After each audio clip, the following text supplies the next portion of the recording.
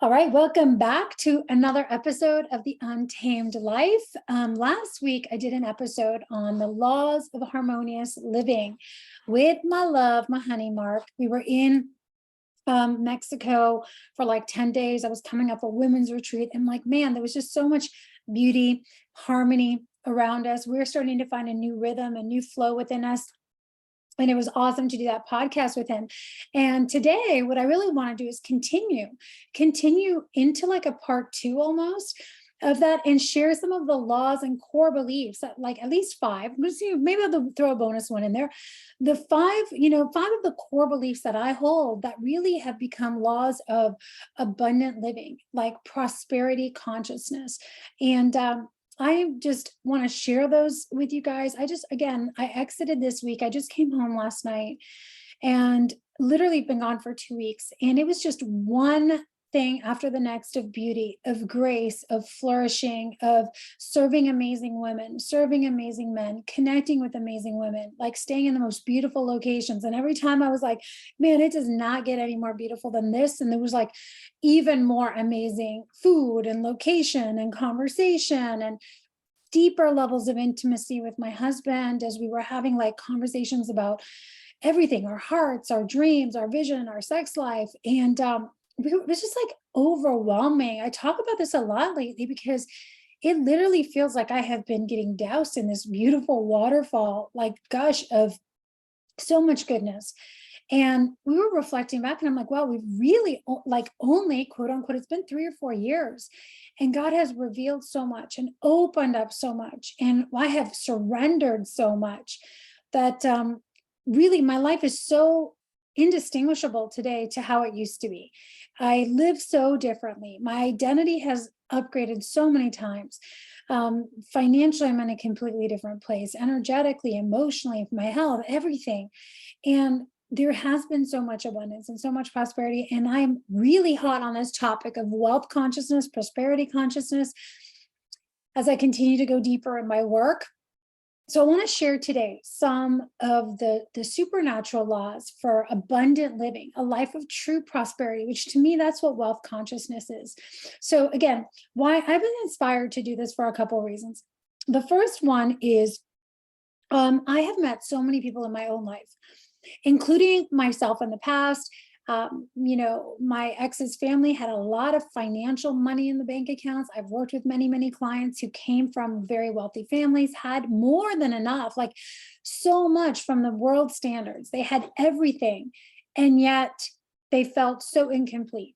They felt so isolated. They felt so alone and really locked in fear. So I've met people and I've worked with people and I've lived with people that literally from the outside, you're like, how on earth could you feel so empty, so alone, so isolated when you are surrounded with so much stuff and so much wealth, quote unquote wealth, financial wealth? We'll talk about that in a second. And then I've met people like my mom. She is the most loving, abundantly joyful, abundantly serving woman. And I met so many other beautiful people across cultures, tribes, countries here at home, where from the outside, it doesn't look like they have a lot at all. You're like, man, they have such simple, really simple lives. They don't have a lot of financial wealth, as we would talk from the world's measures, but they have everything. Like they're overflowing with joy and laughter, and there's music in their hearts and their homes, and they're so giving and they're so full, and they're so content, right? And so we're like, okay, what's going on? What is this wealth conversation? The world standards tell us that wealth looks one way. And then we see people that are uber wealthy and are miserable. We see people who are uber wealthy and are super happy. Then we see people who have nothing and are super miserable. And then we have people who have nothing by the world standards and have everything.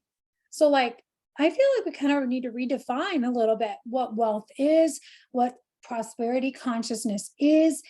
And so I want to share a couple insights. So I wanted to, I'm so inspired by this because I had to wrestle with a lot of my beliefs around wealth, prosperity, financial prosperity, redefining what that looks like, upgrading all of my belief systems around this. Because, we all have our stories from when we grew up, and I'm not going to go down that rabbit hole, but I had to do a lot of work with my relationship with money, especially because I felt very abundant in other areas of my life. And I had those abundance blueprints in many areas, right? And they've slowly been implementing and integrating into my life as I get older. I think we kind of go through these seasons that we start with one arena and then we get the next, blueprints installed in the next ones until we finally realize like, oh, wow, I can actually have a fully abundant life in all arenas.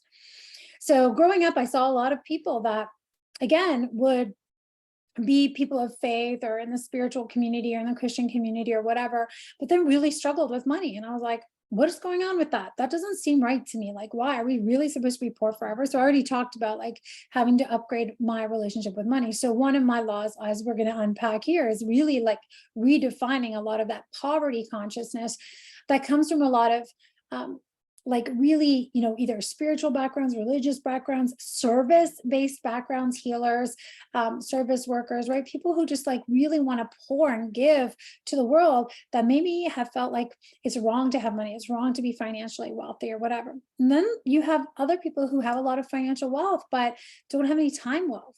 Right? They have a lot of money in the bank account, but they are time poor. And I did a podcast on this recently or a while back, where their time bank account, their freedom bank account is almost like bankrupt. They don't really feel that they have the time freedom to enjoy the things that they desire. And even when they do have it, if they physically have it like on their calendar, even though they're there, again, I've talked about this a lot, on vacation or on a date with their spouse or hanging out with their kids, with the kids at the cottage, they can't fully relax and enjoy the riches that they have in that moment because they're time poor. They have time poverty consciousness. So let's go quickly through the different types of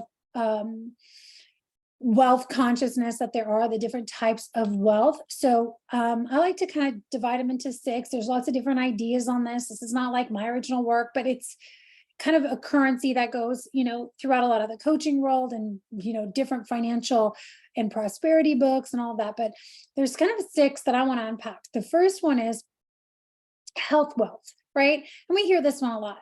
But like, what does it mean when you are fully prosperous, leading a very rich, healthy, vibrant life, right? To me, that means that I have more than enough vitality, for all of the things that I desire to do. So maybe that is climbing a mountain, going for a 3 or 4 hour hike. Maybe that is sliding off the waterfall, going whitewater rafting in Costa Rica, stand-up paddleboarding last week at my women's event.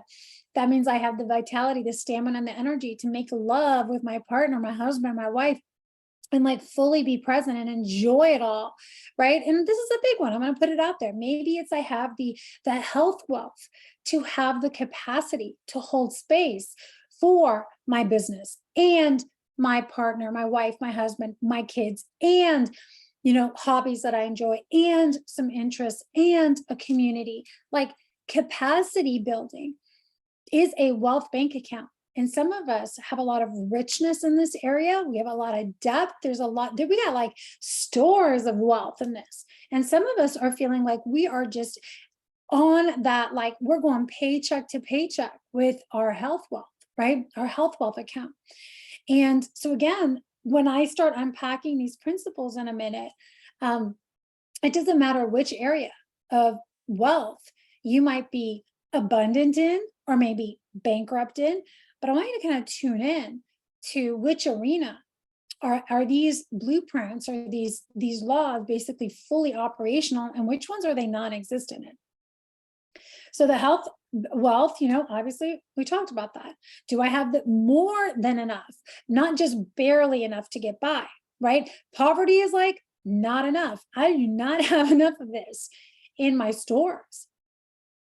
Barely getting by, scraping by is paycheck to paycheck. It's like what most of the world is operating in is either poverty or barely getting by. They don't have any reserve. They don't have any extra, right? It's all about needs, survival. And then the third level is like, we start going into like more than enough. There's an abundance, an overflow of health, of energy. There's stores left over to increase, to pour out onto others. So a lot of us, I hear things like, I don't have the time, I don't have the energy for my husband, I don't have the energy for my kids, I don't have the energy for this. There's no abundance, right? There's no overflow. So you might be starved, you might be in survival, barely getting by, you barely have enough for what you need for the day. You might be in a little bit of an overflow. You might be like, okay, I feel pretty good, there's some extra there, I have some capacity. And there's also this other place that's like total freedom with health. That's like, let's go. I got like more than enough to go around and to share with others and so I'm really fascinated about this world of what I call supernatural wealth, supernatural health wealth. What does it mean when I'm like massively have a lot of vitality? And I think as I'm talking about this, I might actually do a micro podcast on each one of these topics, because I feel like I could do an entire course on each one of these. But I wanted to check in on that. So health, right? Vitality, right? Stamina, capacity, life force, all of that. How much of that is flowing through you? Are you poor?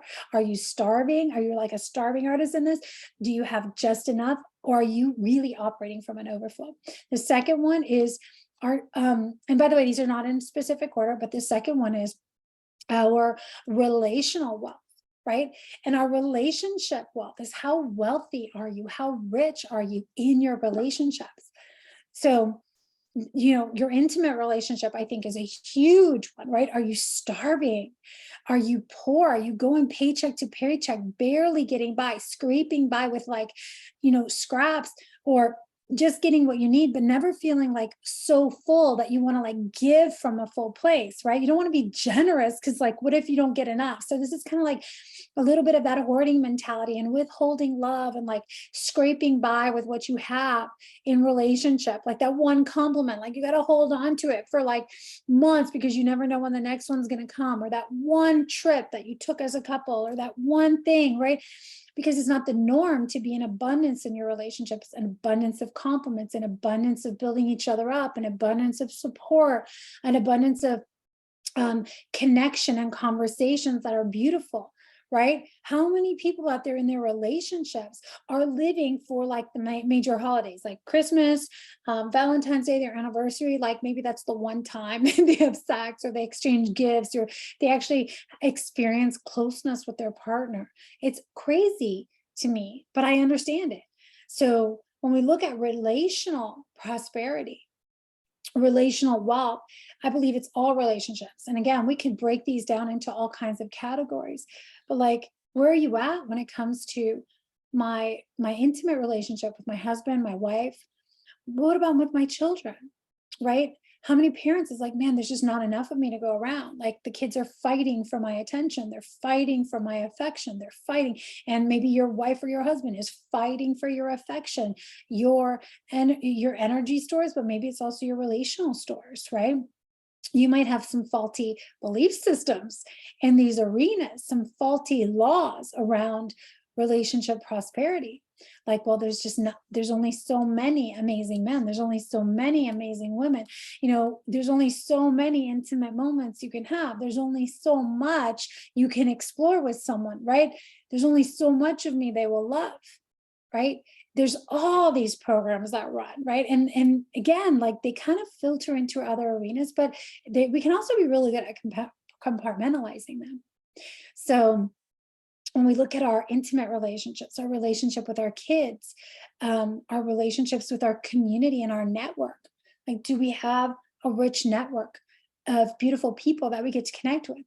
I feel so blessed. Like, this is why I'm so, adamant and relentless and ruthless, and all my favorite words, about investing in quality connections, like whether it's masterminds or clubs or community events or coaching programs where you're in other people or churches, or, it doesn't matter, but that you're getting around and investing time, energy, and money, resources, your gifts, in building your network, your community. And this is something probably out of all the relational arenas that I'm leaning into more in this season is, I invested a lot of my relational tokens, my money, I guess, into the children when they were younger. But I had some faulty belief systems around relational wealth. Like there wasn't enough of me to go around, right? And I didn't understand the prosperity consciousness and how it could actually helped me operate in my relationship. So there was more than enough of me to go around, and which allowed me to go deeper with the people in my life. So I pushed certain relationships away for seasons or for decades or whatever, because I was like, well, I just like, no, that's not possible, right? I had a poverty consciousness around it. So as I'm moving into this season now, like Mark and I have been talking a lot, like, what does it look like to continue to build the health and wealth of our network, like where we're really rich in our network? And we realized even these last 2 weeks, as we're having conversations about different things, whether it was real estate or different business ventures, events that were coming up in the future, things that we're excited about, we kept thinking of all these amazing people in our network that could collaborate with us, or that we could reach out to as a resource, or that we wanted to invite in. And even today, as I'm recording this, I just put out very quickly, like a brief, invitation for a bunch of couples to come to a retreat that we're hosting in February. And the amount of response I got from people just within our network, that are not necessarily all clients, but they're just circling in our atmosphere, and we've been building and cultivating wealth with them. So it's awesome. So by the way, yes, we're hosting a couples retreat. I'll be hosting a couples retreat in February with my husband, Mark. It's going to be amazing, in Mexico. Beautiful, beautiful oceanside accommodations, 5-star everything, and epic coaching on communication, clarity, and shared vision as a couple. If you guys want to learn more about that, I can drop a link in the comments so you can reach out to me and learn more about that. But so relational wealth, right? Are you just scraping by, or do you feel like you're very abundant in this arena? And I'm going through these quickly because, again, I think I will unpack these in a future episode. The next one is really, I want to talk about our financial wealth, right? So like literally the money in our bank account, how much currency is moving through us. So whether we're using the terminology of money, we're using the terminology of currency, it's all representing a current, right? There's a streams of income. There's streams that are flowing in and out of our lives. So how much wealth, financial wealth, right? Monetary wealth, are we allowing to circulate in us, through us, around us, through the different ways that we deliver services, the different ways that we do business, that we, we connect with people, we serve people, we bring value to the world. And these are all just ways that we're able to express and exchange energy. And one of them is through financial means, right? We build relationships by the value we bring to them. We build relationships by how we show up to the relationships. We build relationships by how open or how close we are to them. It's no different with money, right? Like it's the same thing. It's like, am I building structure to support the money flowing in and out, whatever that might look like. It might look like business structure. It might look like systems, but every relationship has structure and has support systems, and every health program or your outlook on your health has structure and systems, like healthy routines and habits and like workouts, and right. So there's structure to each one of these areas and systems that allow this prosperity to flow. And we're like these channels that are just saying, yeah, I'm open to it, and I'm going to receive more, and I'm going to give more. So I'll go through the last couple ones. Network we talked about. Financial, the next one is gifts. Gifts are talents. I talk a lot about scripture. I refer scripture a lot. I'm going to refer a lot of scripture today. But when we think about our talents, our God-given gifts, they were just bestowed. You didn't have to earn them. You didn't have to prove. You didn't go to school for them. You didn't take a course to learn your gifts. Maybe you took a course or you worked with a coach to help you unlock your gifts, because a lot of us have these dormant gifts, right? And it's kind of like found money. There's actually a book called Found Money, where it shows you all these different places in your life that you can start to find extra money. And I kind of think like our gifts are like that a little bit. They're always in us. They've always been in us, but oftentimes we won't acknowledge them. We don't recognize them. We water them down because either they're so natural for us that we don't even see them. It's just like, it kind of goes over our head, or they have been put down, right, by other people in our circle. It could have been through bullying, through siblings, through parents, through people that didn't recognize them within us, or were threatened by our gifts or whatever. The enemy always tries to attack you at your talents and your gifts, because he knows that once you awaken those God-given gifts, man, watch out, things really start to multiply in your life. So I'm very excited to be doing more work in this arena, as well as I continue to unlock more of mine. I'm feeling inspiration coming on to do even maybe a course on this. And you guys, I'm coming in this season of like a lot of creative flow coming through me. And this is just evidence of the wealth consciousness, evidence of the prosperity consciousness, of the supernatural blueprints, that I'm moving into the place where, whoa, there's more than enough, like more than enough ideas, more than enough programs, more than enough things, like structures to support me being able to support others. Like, it's beautiful. And yet it can get chaotic if you don't have systems in place. But, and that's why we're going to talk about some of the beliefs, is that having those support systems in place is so key. So when you go back to your talents and your gifts, like, how many people have I worked with? And include, again, every time I say people I've worked with, because people I've worked with are a reflection also of often where I was at one point in my life, are so unaware of the wealth of gifts that they've been given.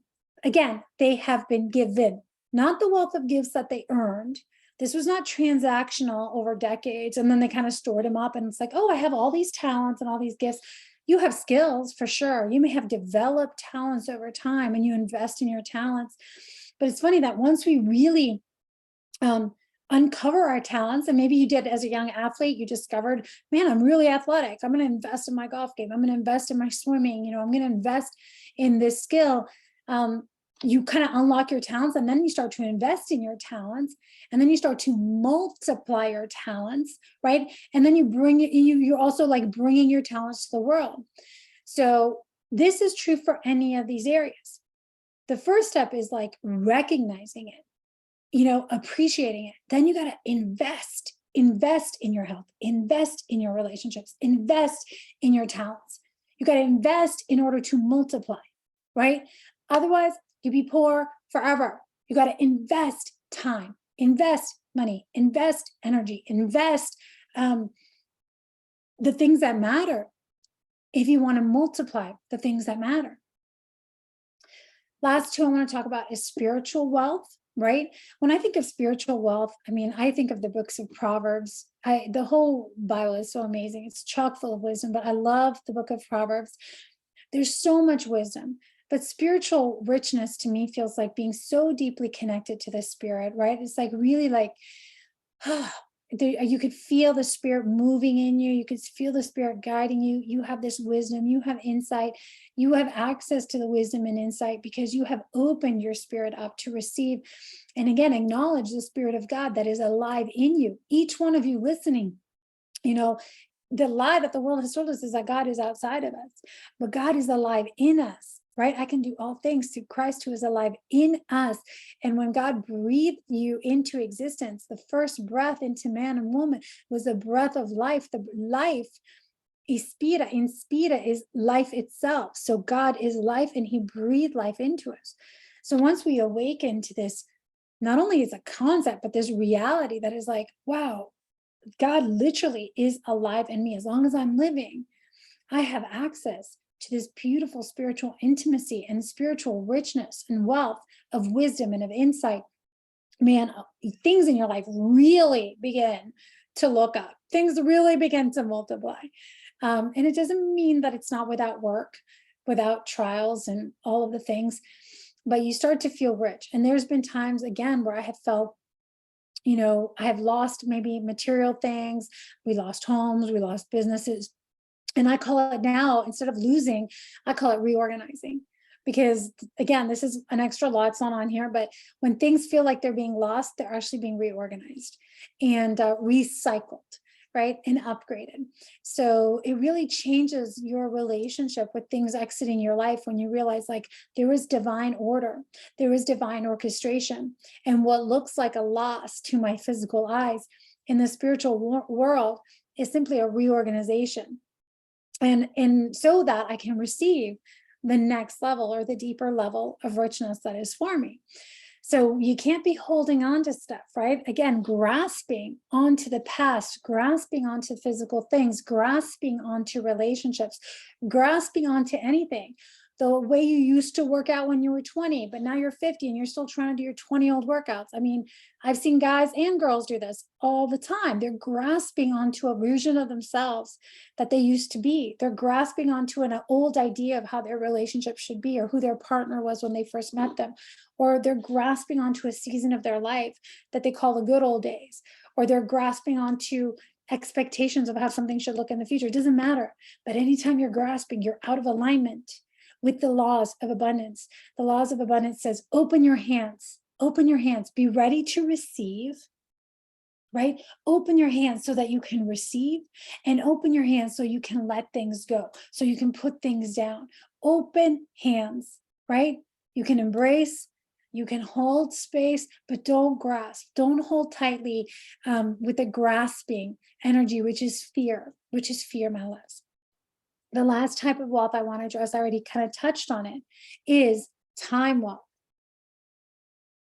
And I did an entire episode on this, earlier on. Again, we'll link that in the show notes, but time wealth, freedom of time to do what you love, time to enjoy yourself, time to be with your family, time to be with your husband, time to be with your wife, time to study, to learn. I love to study. I'm a student at heart, and I used to try to cram courses in or studying things in between, kind of like in between my work. And actually, I love Ryan Holiday. I think it is The Ego is the Way, or The Obstacle is the Way. Sorry, The Obstacle is the Way.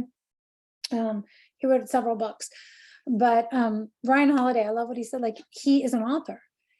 But also he talks about reading and how he's a voracious reader. And he's like, reading is my job too. Like, I just love to read. And so I schedule, I invest lots of time, copious amount of time throughout my day to just sit and read. And literally, he is considering this work and play. And it's so satisfying. And it feeds his gifts, and it feeds his financial prosperity, and it feeds his relationships. And as I now kind of wrap this little bow on these 5 or 6 health, relational, talent, financial, spiritual, and time freedom, 6 different types of wealth. What I believe, my definition of wealth, is when we are truly prosperous in all areas. And one type of wealth that we have cultivated begins to support all of the other areas, the wealth and the multiplication of all the other areas. I believe that what poverty consciousness is, and a lot of the world's programming around wealth or financial quote unquote freedom has taught us, is that, well, you might have 1 or 2 types of wealth, but they usually come at the expense of the other types of wealth. So it's very difficult for people who are stuck in the world's programming, the empire system's programming, to really be in the space of well, I can have it all. And I don't like the word deserve it all, but I'm created for it all, because the world has convinced us so much. Well, if you want all of this, that means you have to give up all of that, or you got to settle over here so you can have all of that. It kind of rocks our mind, our logical mind, to be really? What does it look like when I actually am prosperous and in overflow in health wealth, and also prosperous and overflow in connections and network and intimacy with my partner, and I'm overflowing in my talents, and there's financial abundance, and there's the spiritual richness, and there's time freedom. Whoa, that's a lot for our brains to kind of wrap their head around, right? And I want to just say, I'm a very practical girl. I'm highly energetic. I'm very, very, I mean, my relationship with God is everything. But I'm also very practical. I believe we are here on this earth. Our feet are on this earth soil for a reason. I don't believe we're here to transcend to some higher plane. I believe we serve a God who came down into human form, who meets us where we're at every single day, is alive in our bodies. We don't need to escape our bodies to go find God somewhere else. A lot of people try to do that. But we are very we're in this beautiful 3D reality. And also we are living in these amazing emotional and spiritual bodies. And it's like all of these things are coexisting at the same time. The physical, the mental, emotional, and the spiritual realms are all like synergistically, simultaneously working together, right? And there's so many multidimensional realms at play. I talk about this a lot. So it's so cool that when we move just beyond having to think about how it looks in the physical, and we start to really open ourselves up, we can go, okay, what does it look like in the supernatural when I'm activated in all of these areas? And I can start to really live in the place of overflow, not just by the physical laws of abundance, which is mostly the worldly laws of abundance, right? The black and white, how you see it, but in the supernatural laws of prosperity and abundance. So I want to start by saying that the first thing, law number one, and I'm going to kind of go through these quick, but again, in no particular order, and by no means are these all the laws I live by or I believe. There's just a handful I wanted to share today, is that the belief number one is that we are created. We are created. Prosperity is our design. So we are designed to be prosperous. We are, created for it. We're not created to settle. We're not created to have part of this, or to have most of it. And I love that verse from Jeremiah 29:11. It's something I recite often. I speak a lot of verses of affirmations over my life, and then I give myself evidence of how they have truly come to pass. But Jeremiah 29:11 says, "For I know the plans I have for you. I know the plans that I have for you, says the Lord. I have plans for you to prosper you and not harm you, plans to give you hope and a future."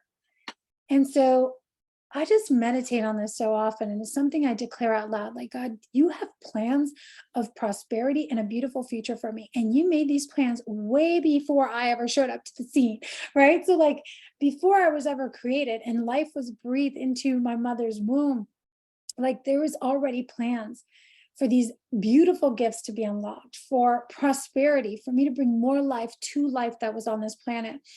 And so I just love that, because when I think about, wow, anytime I start to doubt, am I worthy of prosperity? Am I worthy of having an amazing future? It's like, I'm pretty sure that's the world programming messing with me. And also, I can just honor my design from my creator.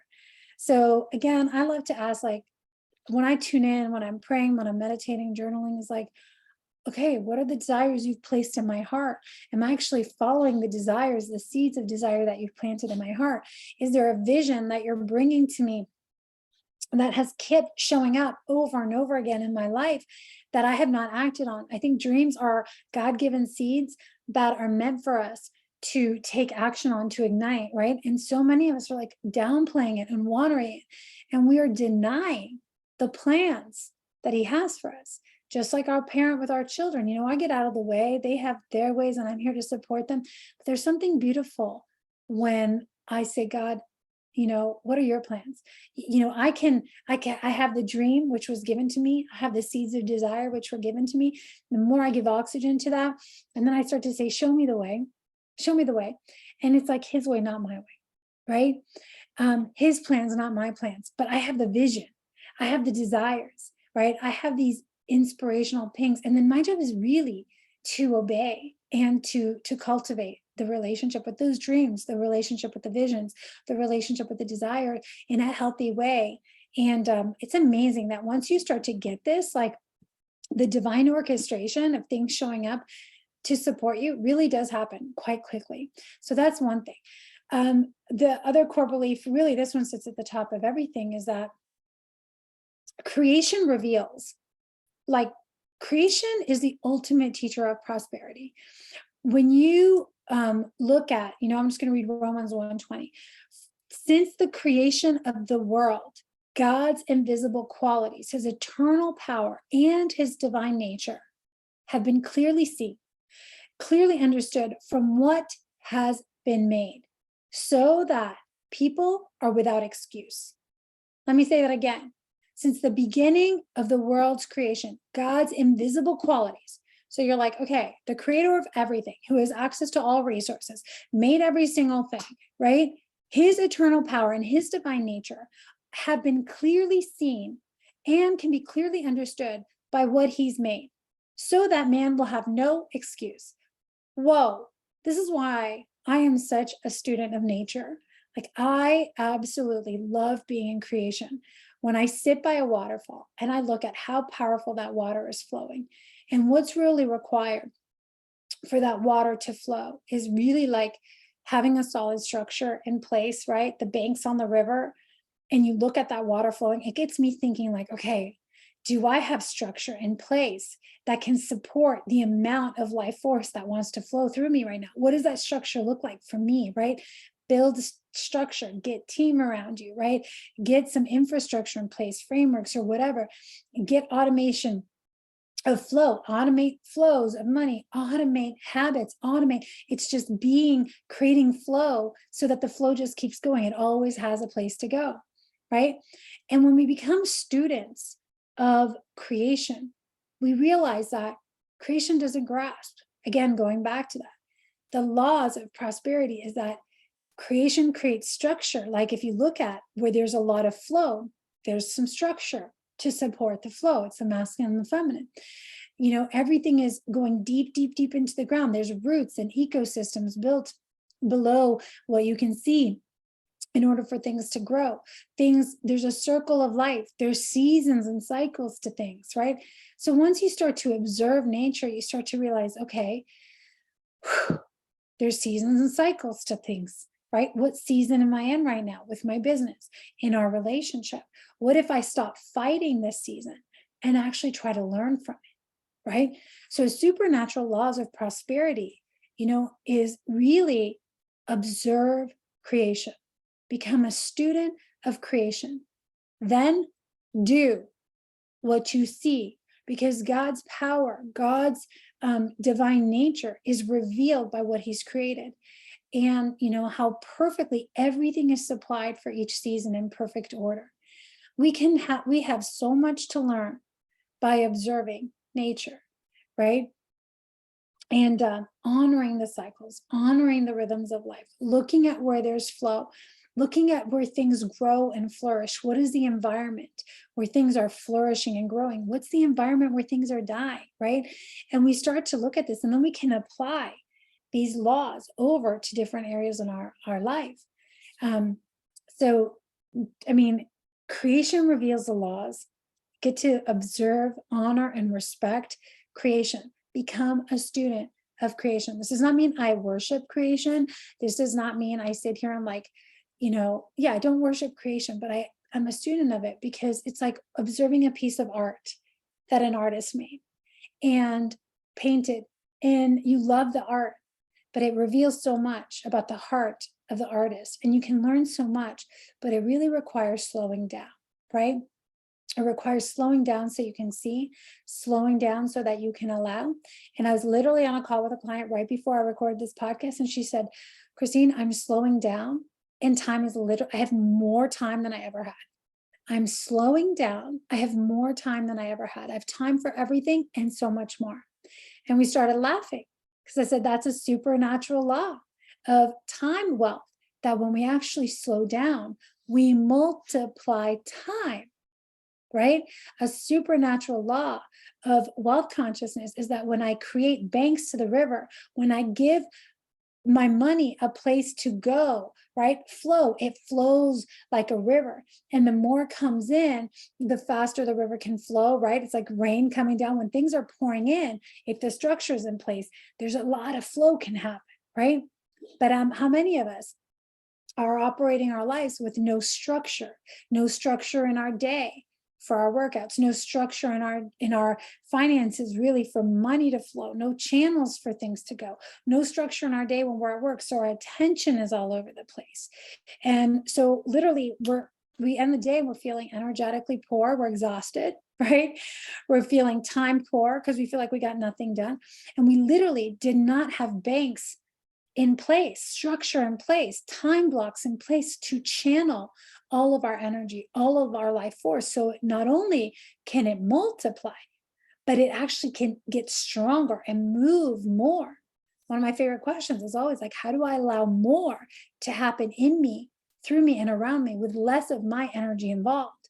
And so this literally I learned by becoming a student of nature and watching rivers, right? And how they flow. I don't know if this is like too philosophical, but I just love it. And I want to share one more thing about nature is that, when you look at Matthew 6:26 says, look at the birds of the air. They do not sow, they do not reap, they don't store their stuff in barns, they're not hoarding, right? Yet your heavenly Father feeds them every day. Are you not that much more valuable? So whenever I find myself fretting and stressing and anxious about like, oh my gosh, where's the next thing going to come from? Or, are we going to be okay? And there's a lot of talk right now about the recession. I really do believe, again, this is a core belief of mine. I'm going to put this out there. Another core belief of mine around prosperity consciousness is that we are created to be multipliers in a world that contracts, right? You hear me say it all the time. I do not have to fret. I be anxious about nothing. Everything I need is always supplied in perfect order and perfect timing, just like the birds of the air, just like the lilies. Consider the lilies, how they grow. They neither toil nor spin. Yet I tell you, even Solomon in all of his glory was not arrayed like one of these lilies. When we begin to observe nature and we see how beautiful the mountains and the valleys and the gardens are, and how everything has such a perfect design, and there's more than enough oxygen for all of the flowers. There's more than enough, sunlight to shine on all the flowers. We don't have to compete for sunlight. We don't have to compete for oxygen. We don't have to compete for air. And this brings me into, another belief system that there is no such thing as competition. Really, competition is man-made. Competition is man-made. We can trust God's provision. There's more than enough for his creation.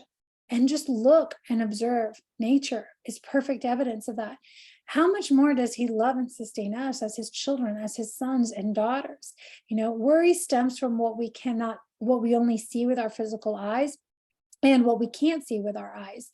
But I love that, once we start walking in these supernatural laws, we're really living in the present moment. And we can begin to notice things way beyond what meets the eyes. We know that things are in winter when everyone else is freaking out, like, oh my gosh, there's no money coming in. Oh my gosh, my body is inflamed right now. I'm suffering from this ailment. It feels like winter. But there's always something going on in winter that's like, okay, if I can rest and I can relax when it's winter, and I can, I'm not going to put out as much energy, but I'm going to really be insightful. I'm going to go within. This is a great time to make decisions. It's a great time for deep nourishment. It's a great time for recovery. It's a great time for simplicity. Then I become much richer in that season because the roots are going deeper. And when spring comes, everything starts blooming again. And it's beautiful. And I've seen this in the health world, right? People will get injured and it feels like winter sets in all of a sudden, right? And they will not chill out. They will not slow down because they're so stuck in poverty consciousness. That's like, if I stop working out, then I'm going to get fat. I'm going to get sick. I'm going to do this. I can't stop. I got to keep going. They're grasping. They're forcing. But when we really look at nature, nature does not force. And so I believe that the supernatural laws for truly living in abundance and in prosperity is to, move with the natural rhythm and flow of life instead of forcing and fighting against it. And this is a subtle thing. So you got to train yourself of what that looks like and feels like, right? But really noticing in your life, where are all of the things that you're constantly fighting against? What does it look like if you just slow down a little bit, take a step back, breathe, and start to ask, the situation, your body, whatever, money right now, if money's tight or if relationships are not well, start asking, what is that you're trying to teach me? What is that you're trying to show me? Where am I off course, right? Where would you like me to redirect? And can I relax? So just some beautiful, beautiful things.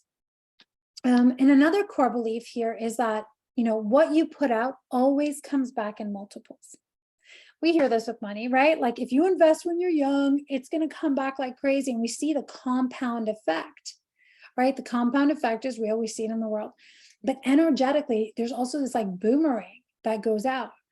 And whatever we initiate, whether it's a text with our spouse, whether it's a new workout routine, whether it's, we're looking for a place to go traveling, it doesn't matter what it is. Whatever we initiate, a conversation with someone, be very conscious of what you're investing, what energy you're investing, because whatever you are initiating that process in is what's going to come back to you tenfold.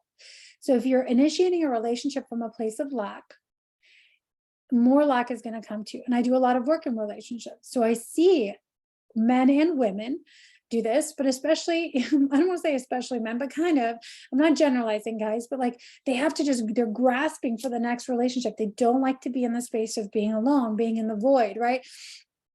They want relief. They don't want healing. And so they're just kind of like, okay, I'm going to start dating this person. And, they kind of cast out their net and they're settling for whatever will give them attention. Right? Whatever woman will give them attention. And I spent a lot of time with men. I was just at a retreat with men, and the conversations around settling are a real thing where you feel like, man, I'm missing out, like complaining about the woman, or women do this. And it's like, we're complaining about what we don't have all the time instead of honoring what we do have and being selective. And also when we are initiating, that we're doing so from a place of, I want to bring myself to a relationship. So let me be selective. Let me appreciate what's here. And let me bring myself to the relationship instead of looking for something just to serve us. Again, that's completely out of alignment with the supernatural law of prosperity, is to be a taker. But give, right? What you put out always comes back in multiples. So if you are putting out energetic, consciously or unconsciously, by the way, because a lot of this is unconscious, you got to check yourself. If you're putting out that you're lacking, and you are lonely, right? And you're accepting dates and you're accepting behavior because you're lonely and whatever, and you're just settling. Trust me when I tell you, it will come back to you 7 to 10 times over, more loneliness and more settling and more dissatisfaction. So, pull yourself back, become aware. What is the energy that I'm initiating even this investment in, right? Am I doing it out of pressure? Am I doing it because I'm truly inspired, because I feel calm and at peace with it? Like, what is your, what are you putting out, right? Basically is what I'm trying to say. And a generous person will prosper. Whoever refreshes others will also be refreshed. Proverbs 19:8 says, a generous person will prosper. Whoever refreshes others. Think about refreshing. Refreshing is like, I'm bringing life to others. I'm bringing my gifts to others. I'm adding life. I'm building you up. Whoever builds other people up, whoever brings more joy, more life, more love, will be refreshed themselves. I mean, that word alone, I'm like, oh, I'm so refreshed, right? I'm so nourished. I'm so refreshed. And again, in all my coaching, a lot of times people love to spend a copious amount of times talking about what their partner isn't doing for them, right? What their partner is doing wrong, how everyone else is not living up to their expectations, how their employees this or that. And it's like, are you refreshing them? Are you refreshing your partner? Are you building him up? What are you pouring in? What are you putting out? Or are you going to the well just to drink? Are you going just to take? I've talked about this many times on this podcast, but a king, your kingdom exists for your people. It's not just for you.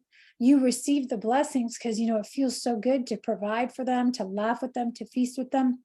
And I really do believe that a lot of people think like we're here, just so that God can have this human experiment and whatever. But I really do believe God is here for us and we're here for him. It's a relationship. The more we delight in his creation, the more we delight in the gifts he gave us, the more we delight in the people in our lives, the more he delights us and surprises us with more beauty. So how much time are you spending delighting? Or are you spending a lot of time complaining and comparing and competing? Again, supernatural law says there's no competition. Everything is co-creating. Everything is collaborating. Even your adversary right now, what you perceive as an adversary is actually your ally, because that person, that thing, that obstacle in your life, it's just there to strengthen you, to ignite and activate a gift inside of you that's maybe been dormant. So we can look at another business as competition. We can look at other, I used to look at other coaches and be like, oh my gosh, I'm not there. And I was in this comparison game and I was competing and I was always in lack and I was struggling financially. And I was like, what is going on? And I realized that spirit of competition, that spirit of comparison, it will cut prosperity right out of your life. And you might make money, but it will not multiply easily. It will not come easily, right? You might make connections, but they don't come as easily. And this is, well, like, I'm kind of all over the place, but I'm not, because I, talk about a grand scheme of things. But like when people are cold messaging you all the time that you've never met, you've never had in a relationship with them, and they're like, hi, I want to sell you something, basically, in your DMs. And you're like, go away. That's like somebody spamming you on a date and saying, hi, you want to sleep with me? It's our first date. Like, or I don't even know you, but let's go out and sleep together. It's like, wait, what? Right? So as we come into relationships, like, are we going to give? Are we going to connect? Are we going to co-create and collaborate? Are we just in this like, okay, everything's in competition and we're running out of time and we're running out of relationships and we're running out of opportunities and we need to get more market share. And it's crazy because it's in everything, this psychology, this collective consciousness of lack, of running out, is everywhere. I'm running out of years on my life. I'm running out of money. I'm running out of opportunity. And then literally it doesn't matter how much money or how many trips you go on or how many dates you go on, you still feel like there's never enough. So part of it is like, when I talk about prosperity, it's not only about having these experiences, but it's also tapping into the emotion and the feeling of having more than enough. So as my client said earlier today, like, man, the more I slow down, the more time I have, to do the things I love. And she is enjoying her time. So there is a feeling of time wealth. She's connected to the time wealth that she has. So let's review a little bit. Number one, creation is our greatest teacher, right? Creation is always inhaling and exhaling. Creation has cycles and seasons. So prosperity has cycles and seasons. And even though I don't physically see it right now, things are reorganized and I'm already prosperous, right? If things haven't bloomed yet, start operating as if they're in the process of blooming, right? Stay focused on that, right? All what we put out always comes back in multiples. It's not one for one. It always comes back in multiples. Be generous in all things. So I ask you this, what have you been holding back on? What time have you been holding back on? What energy have you been holding back on? What gifts have you not been honoring? The more you pour out, the more you receive. The more you receive, the more you're inspired to pour out.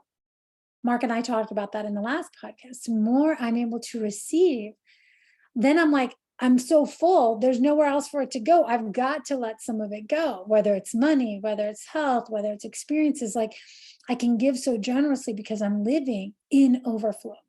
So the more you say, yes, God, thank you. I see what you're doing. Thank you for this amazing relationship. Thank you for this amazing opportunity. Thank you for these clients. Thank you for this experience. Thank you, thank you, thank you. And we're in that place of thank you. We become so full. And naturally, a byproduct of that is the letting go, pouring back into the world. So we talked about those. Everything is provided in perfect time and perfect order. Prosperity is my natural birthright. A prosperous life is my design. And I want to kind of wrap today by bringing us back to that story.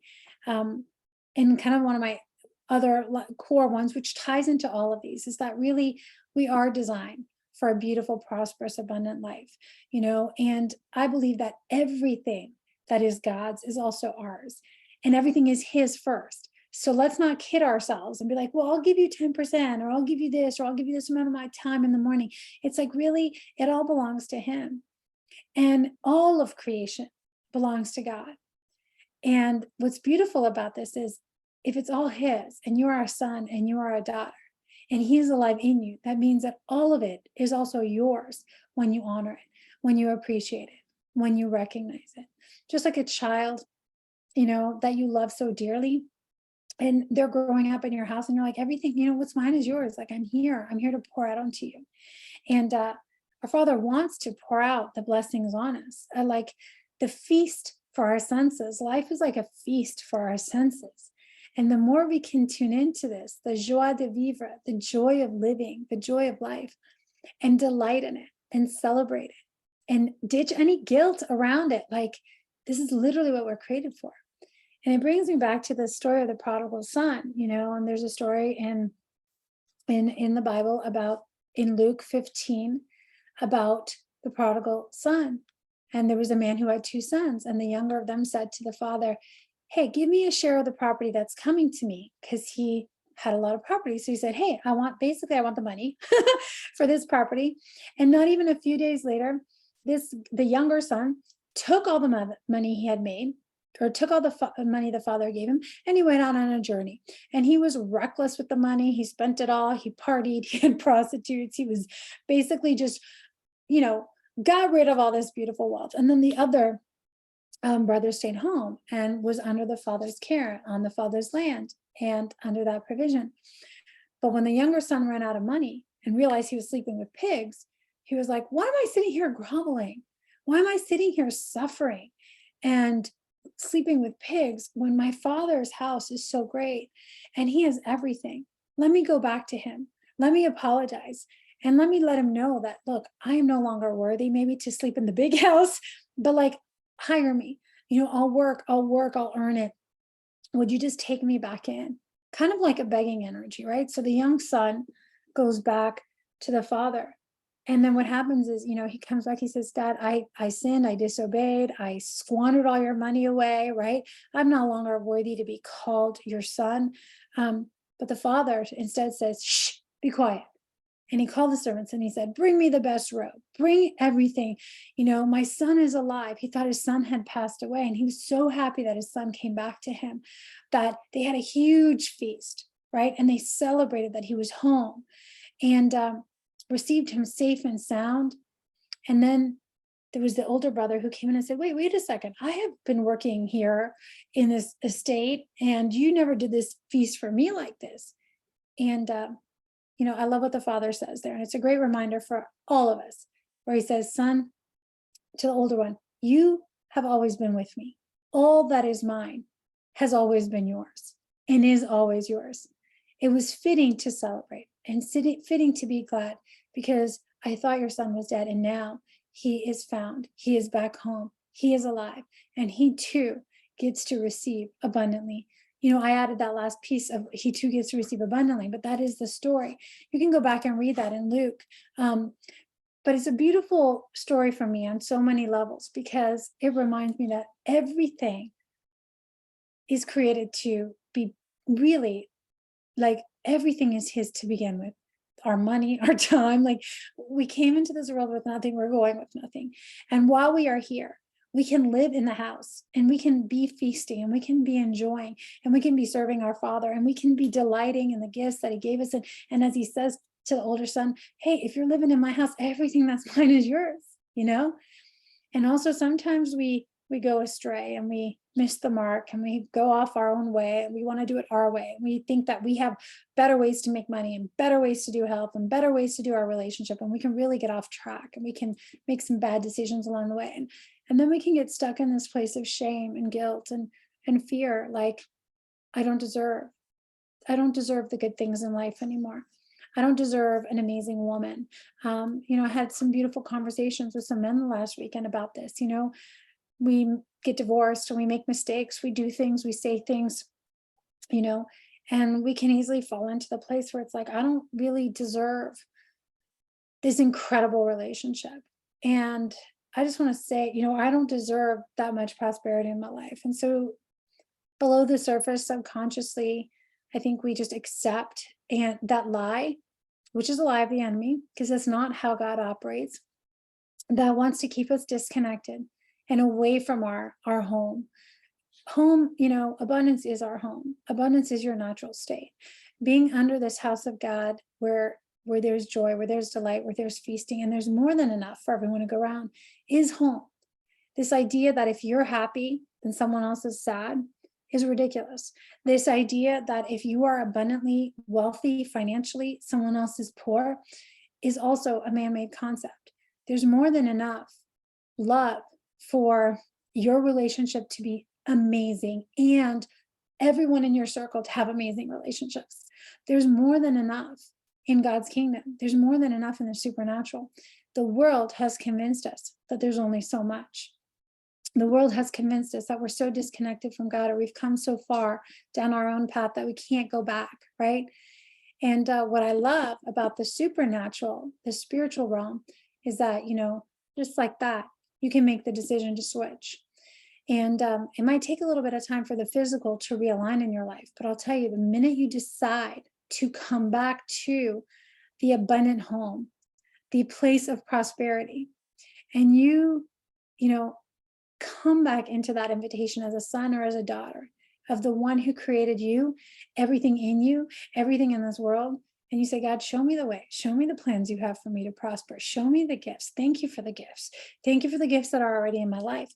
Let's start to walk this walk together. I'll tell you that the feasting begins. And I'm saying that the feasting can look like so many different things, right? But the feasting to me is a state of true joy and delight. And we just want to invite more and more people into that place. So I want to thank you. Thank you for joining me today. I hope that this was helpful. I know I felt like maybe I was a little bit sharing a lot of different concepts and principles with you, and there's so many here. But I'll tell you that for me, these things really, I took these to heart. And starting with looking at creation, to be quite honest, because I had read a lot of books on how to make money. I had attended conferences. I've read a lot of books on like relationships, and I've been in the health industry for 20 years.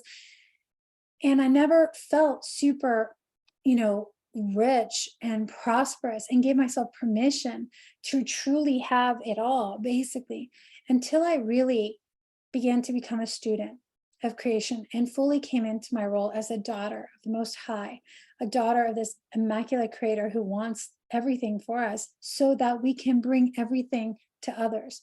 Because the more you are full, the more you have to give. And ultimately, that is part of this beautiful ecosystem that you are in. So I realized today that the more I withhold from myself, the more I withhold from others. I can only take people where I've gone. I can only give people what I have, right? So the more I go places, the more I have that within me, gifts, light, love, financial gain, blessings in my life, the more I have to give. And that is what makes the world a more and more beautiful place, and the ecosystem more and more full of life force. Right. So I hope that this lands for you. I always love to hear from you guys. You can connect with me on Instagram at the Christine Jewel. You can drop in below if you are interested in learning to work together so that you can create a truly prosperous life, whether that's relationship prosperity that you desire. But I really do believe we are created for an extraordinary life. There's absolutely zero reason for you to be settling right now. So if you know that you're withholding, that you are settling, that you are not stepping into all that God has for you, I really encourage you to reach out. I have several ways that I can support you. You can click on the comments below, apply to work with me, and we can redirect you in the right path. Until next time, here's to living abundantly and embracing a spirit of prosperity throughout your life. Thank you for being here. Until next time, here's to loving fiercely, leading courageously in the untamed life.